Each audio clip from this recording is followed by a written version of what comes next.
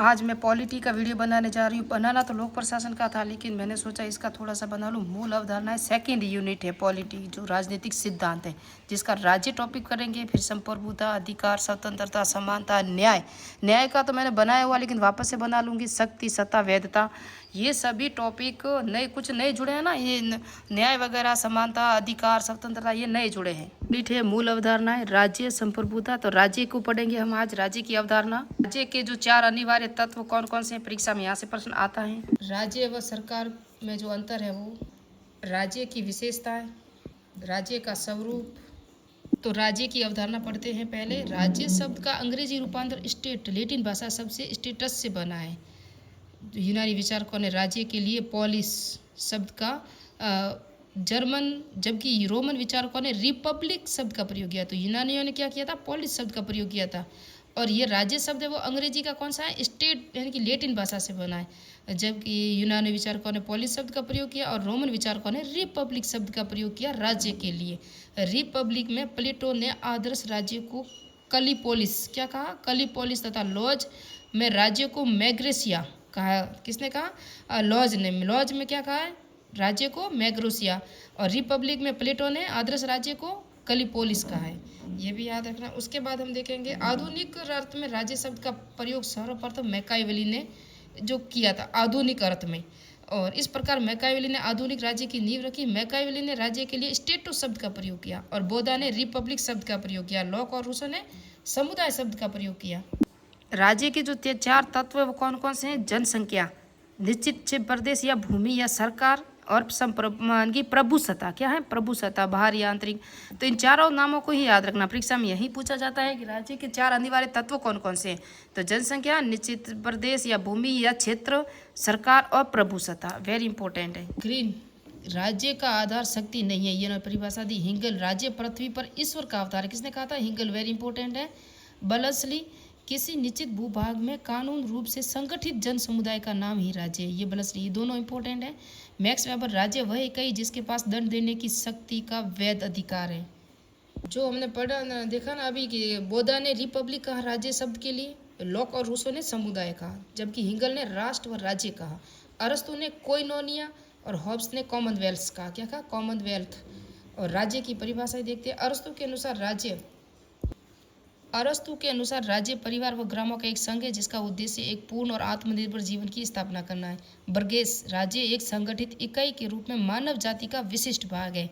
और Woodrow Wilson, पृथ्वी के किसी निश्चित भाग में शांति में जीवन के लिए संगठित जनता को राज्य कहते हैं। लॉस्की की परिभाषा आ चुकी है परीक्षा में। राज्य एक भूमिगत समाज है जो शासक और शासितों में बटा होता है और अपनी सीमाओं के क्षेत्र में आने वाले अन्य संस्थाओं का सर्वोच्च दावा करता है, सर्वोच्चता का। ये थी गवर्नर की ये परिभाषा परीक्षा में आ चुकी है, याद रखना। राजनीति विज्ञान का आरंभ व अंत राज्य के साथ होता है। राजनीति विज्ञान का आरंभ व अंत किसके साथ होता है, राज्य के साथ। डिग्सी, सीले, विलोबी, अरस्तु, भूभाग राज्य का आवश्यक तत्व ये नहीं मानते। कौन नहीं मानते, जो राज्य को डिग्वी, सीले, विलोबी और भूभाग को राज्य का आवश्यक तत्व नहीं मानती। जबकि जनसंख्या, सरकार, प्रभुसत्ता और निश्चित क्षेत्र सभी क्या है, राज्य के 4 तत्व माने गए। राज्य और सरकार में अंतर, राज्य क्या है, अमूर्त है, जबकि सरकार मूर्त है। राज्य सरकार की एजेंट होती है, राज्य क्या, सरकार क्या होती है, राज्य की एजेंट होती है। सरकार राज्य का अंग होता है। राज्य के पास सब प्रभुता, राज्य के पास प्रभुसत्ता और सरकार के पास नहीं है। राज्य के पास सरकार होगी, क्यों, हमने पता राज्य का क्षेत्र, संघ क्षेत्र, राज्य क्षेत्र सबकी देखो अलग अलग है। संघ क्षेत्र में केंद्र में हम जाएंगे तो प्रधानमंत्री, राष्ट्रपति और वो अलग अलग, राज्यसभा, लोकसभा सब अलग अलग है। जिस तरह से हम राज्य में आएंगे ना तो वहाँ हमें मुख्यमंत्री, राज्यपाल मिलेंगे, विधानसभा मिलेगी, विधान परिषद मिलेगा। याद रखना राजस्थान में विधान परिषद नहीं है, तो ये सब मिलेंगे, अलग अलग है। तो राज्य अमूर्त है, उसको देख नहीं सकते, लेकिन क्या है, ये राज्य सरकार राज्य का अंग है ना। तो राज्य के इसके सब भाग है ना राज्य के।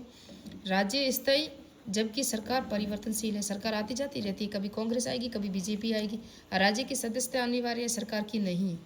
राज्य के लिए क्षेत्र अनिवार्य है, सरकार के लिए नहीं। राज्य का विरोध नहीं किया जा सकता, जबकि सरकार का विरोध होता है। आए दिन हंगामे होते हैं, अविश्वास प्रस्ताव लाए जाते हैं।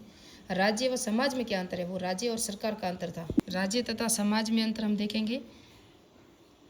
राज्य एक राजनीतिक व्यवस्था है, सामाजिक सामाजिक व्यवस्था है, ये हमें सबको पता है। समाज हमने पढ़ा था सोशोलॉजी में, उसकी प्लेलिस्ट अलग बनी हुई है।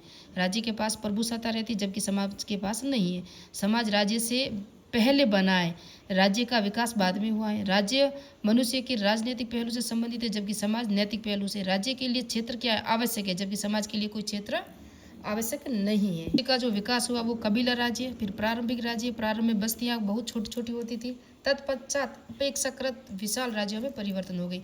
यूनानी, ग्रीक नगर राज्य, रोमन का सार्वभौमिक राज्य, सामंत पद्धति, फ्यूडल सिस्टम कहा इन्होंने। यह राजनीतिक दृष्टि से सर्वथा अराजकता से पूर्ण था। जिसके पास शक्ति थी उसके पास सत्ता कायम थी। आपको पता हो तो हमने मौर्य काल पढ़ा, गुप्त काल पढ़ा, तभी राज्य नहीं था, पूरा एक ही प्रांत था, पूरा भारत था। धीरे धीरे बटा है ये प्रांतों में। जब हमने मुगल काल पढ़ा तो देखो अकबर के शासन काल में कितने सूबों में बिटा था, 15 सूबों में था। उसके बाद जहांगीर और शाहजहाँ के शासनकाल में 18 हो गए। औरंगजेब के शासनकाल में 20 सूबे, कहीं कहीं 21 भी, जैसे बरार शामिल किया गया था ना, उसके बाद 21 सूबे भी माने जाते कहीं कहीं। जबकि गोलकुंडा और एक और था वहाँ गांव दक्षिणी भारत में, उन दोनों को शामिल करके दो जो कर दिए थे, साथ में फिर हो गए थे 2 सूबे, और वो हो गए थे 20 सूबे। तो ये सूबों का प्रश्न आया था। तो सूबे पहले थे, फिर बाद में धीरे धीरे प्रांत, फिर राज्य, फिर सरकार, ऐसे बने ना, धीरे धीरे निर्माण हुआ है, एकदम से थोड़ी ना हुआ। और भारत में तो बहुत बाद में हुआ है, पहले यूरोप राज्य वहाँ सब हुआ था। सामंत पद्धति के ह्रास के बाद शक्तिशाली राज्यों यूरोप में कायम हुए और उसका स्वरूप एक राष्ट्र था। दांते जर्मनी को आधुनिक राज्य के आगमन का संदेशवाहक और राष्ट्र संघ की भूमिका का विचारक माना जाता है। राज्य के विकास क्रम की विशेषताएं क्या क्या थी वो देखेंगे। प्रोफेसर गेटल के अनुसार राज्य का विकास सरलता से जटिलता की ओर। प्रारंभ में राज्यों की जनसंख्या कम थी, क्षेत्र छोटा था, जनसंख्या कम थी तो क्षेत्र छोटा था। फिर राज्य के विकास के साथ साथ नागरिकों ने राजनीतिक चेतना का भी विकास होता गया। राज्य का स्वरूप, राज्य की भारतीय दृष्टिकोण में क्या है तो मनुस्मृति, शुक्र नीति, महाभारत का शांति पर्व और कौटिल्यकृत अर्थशास्त्र में राज्य की उत्पत्ति, स्वरूप, राज्य का कार्य क्षेत्र आदि का विस्तार उल्लेख किया गया है। तो मैंने कहा मौर्य काल से सब धीरे धीरे ये सब बढ़ते गए राज्यों में, और धीरे धीरे टुकड़े होते गए और एक दूसरे का नाम रखा गया। जिस तरह प्रशासनिक अधिकारी, मौर्य काल का प्रशासन भी है हमारे सेकंड ग्रेड में। और तो राज्य की दृष्टिकोण भारत के अंदर मनुस्मृति, शुक्र नीति, महाभारत का शांति पर्व, कौटिल्यकृत अर्थशास्त्र में राज्य की उत्पत्ति और स्वरूप कार्य क्षेत्र दिया गया। राज्य की उत्पत्ति देखेंगे अभी। राज्य की उत्पत्ति मनुस्मृति, शुक्र नीति और शांति पर्व के अनुसार राज्य की पूर्व अवस्था में अराजकता के कारण समाज में अन्याय, उत्पीड़न, भय, असुरक्षा के वातावरण से मुक्ति दिलाने के लिए स्वयं ईश्वर ने राजा की सृष्टि की। यहाँ ईश्वरीय प्रदत्त मानते थे पहले। भाई राज्य का स्वरूप क्या है, राज्य की उत्पत्ति बता दी। कौटिल्य ने राज्य की उत्पत्ति के समझौता सिद्धांत का प्रतिपादन किया था। समझौता सिद्धांत आगे हम पूरा डिटेल से देखेंगे, सामाजिक समझौता सिद्धांत भी देखेंगे। राज्य का स्वरूप, प्राचीन भारतीय विचारकों ने राज्य सात्विक स्वरूप का वर्णन किया। इसके साथ ही 7 घटक बताए थे, वेरी इंपॉर्टेंट है। कौन कौन से 7 घटक है? प्रकृति नाम से जाने जाता है इसको, प्रकृति के। देखो स्वामी, मनु ने राजा को स्वामी की संज्ञा दी थी, मनुस्मृति ने। शुक्र नीति तथा शांति पर्व में स्वामी के स्थान पर राजा शब्द का प्रयोग हुआ था। तो मनु ने राजा को स्वामी की संज्ञा दी। उसके बाद शांति पर्व और शुक्र नीति में भी स्वामी के स्थान पर राजा शब्द का प्रयोग हुआ। उसके बाद है मंत्री। कौटिल्य ने मंत्री के लिए अमात्य शब्द का प्रयोग किया। कौन सा प्रयोग किया था? अमात्य शब्द का।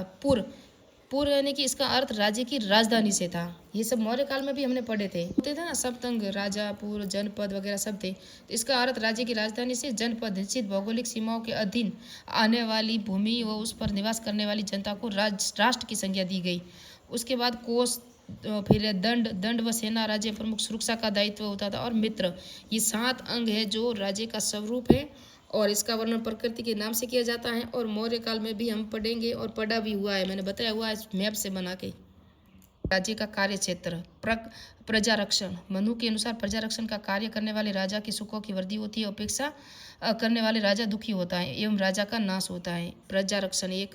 फिर प्रजा पालन, अर्थव्यवस्था का नियमन, सामाजिक व्यवस्था का निर्वाह व नियमन, न्याय की व्यवस्था, प्रशासनिक प्रणाली का निर्माण। ये सब कौन करता है? राज्य करेगा। राज्य के कार्य क्षेत्र है ये सब, ये देख सकते हो, ये राज्य के कार्य क्षेत्र है।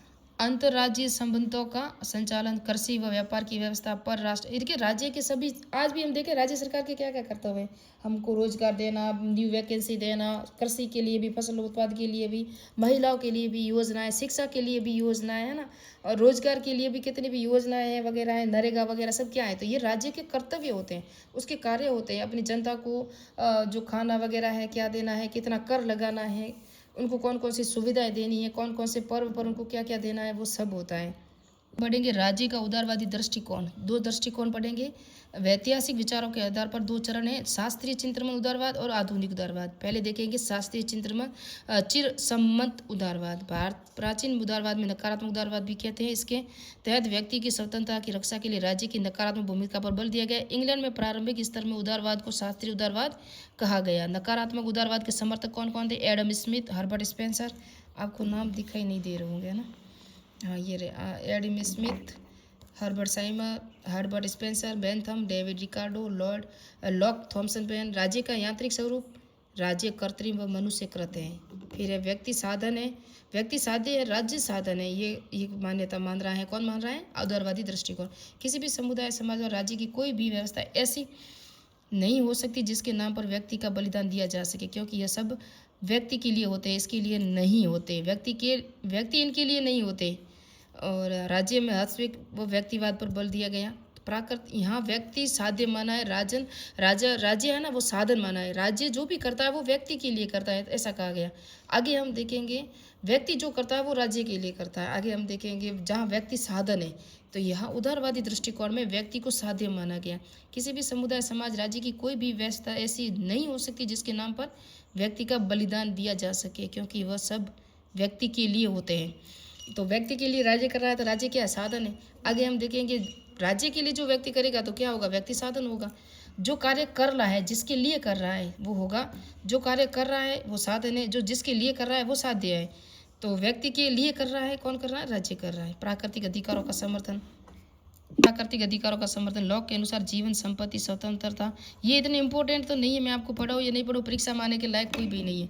यहाँ से परीक्षा इंपॉर्टेंट तथ्य होंगे वही बताऊंगी मैं अभी। उदारवादी जो है ना, शास्त्रीय जो राज्य की उदारवादी दृष्टिकोण, वो कौन कौन किस किसका समर्थन करते हैं वो देखेंगे। एक तो राज्य को क्या मानते हैं? यांत्रिक स्वरूप, व्यक्ति साध्य है, राज्य साधन है। उसके बाद हम देखेंगे प्राकृतिक अधिकारों का समर्थन भी करता है, फिर स्वतंत्रता का समर्थन भी करता है। उसके बाद हम देखेंगे समानता के आदर्श की मान्यता, समानता के आदर्श की मान्यता भी ये समर्थन करता है। कौन? उदारवादी या शास्त्रीय या चिर संबंध जो दृष्टिकोण है। अब हम देखेंगे आधुनिक उदारवाद, ये था प्राचीन। आधुनिक उदारवाद 19वीं शताब्दी में नकारात्मक भूमिका के स्थान पर सकारात्मक भूमिका पर बल दिया। सकारात्मक उदारवाद भी इसको कहते हैं। जो आधुनिक उदारवाद है वो था प्राचीन या शास्त्रीय या परंपरागत कह सकते हो। आगे चलकर आधुनिक उदारवाद कल्याणकारी राज्य की अवधारणा के रूप में विकसित हुआ। कल्याणकारी राज्य शब्द का प्रयोग सर्वप्रथम और विशप ने किया था। किसने किया था? और विशप ने किया था। वेरी इंपॉर्टेंट है। प्रमुख उदारवादी, कल्याणकारी राज्य शब्द का सर्वप्रथम प्रयोग और विशप ने किया। और प्रमुख आधुनिक उदारवादी कौन कौन थे? John Stuart Mill, T H. Green, H.L.T. हॉब्सलव, H.J. लॉस्की, मैकाइवर, बॉर्कर, किंग्स, टोनी, G.D.H. कॉल, ये सभी आधुनिक उदारवाद वर्ग हितों के बीच आंशिक सामंजस्य स्थापित करते हैं, इनके करता है। व्यक्ति की स्वतंत्रता व राज्य सत्ता एक दूसरे के विरोधी नहीं है, ये कह रहा है आधुनिक उदारवादी। T.H. ग्रीन ने इसे बाधाओं को बाधित करना कहा। उदारवाद की आलोचना क्या है वो देखेंगे हम। वो आपको दिखाई नहीं दे रहा होगा ना, ये रहा। उदारवाद की आलोचना क्या क्या है वो देखेंगे हम। राज्य एक आवश्यक बुराई नहीं है, ये कह रहे हैं आलोचना। राज्य स्वतंत्रता को नष्ट नहीं करता, राज्य स्वतंत्रता को नष्ट नहीं करता। खुली प्रतियोगिता दुर्बल वर्ग के लिए हानिप्रद है। पूंजीवादी वर्ग का दर्शन, उदारवाद की जो आलोचना थी। और सामाजिक परिवर्तन का गलत सिद्धांत कह रहे हैं। मार्क्सवादी सिद्धांत भी ये आप देख सकते हो, ये तो कोई इतना इंपॉर्टेंट होगा वो मैं बता दूंगी। आधुनिक उदारवाद बता दिया मैंने, और शास्त्रीय या परंपरागत, और इनके जो भी कुछ आलोचना वगैरह थी। और यहाँ जो मार्क्स प्रथम समाजवादी लेखक है, कौन है?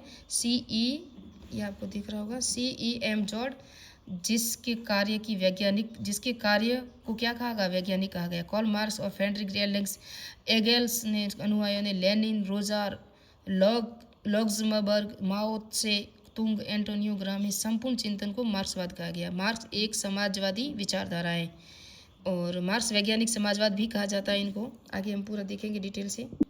मार्क्स ने जो राज्य की उत्पत्ति के जो सिद्धांत दिए थे ना, मार्क्स ने राज्य संबंधी जो विचार दिए, राज्य की उत्पत्ति, राज्य की प्रकृति क्या है, राज्य के उद्देश्य, समाज की अवस्था अनुसार राज्य की व्यवस्था, राज्य विहीन समाज, राज्य की अवसान, मार्क्सवादी सिद्धांत। और मार्क्स के राज्य सिद्धांत की आलोचना क्या क्या थी वो आगे हम नेक्स्ट पार्ट में पढ़ेंगे। और राज्य के कार्य भी पढ़ेंगे। राज्य के कार्य संबंधी जो सिद्धांत है वो भी देखेंगे।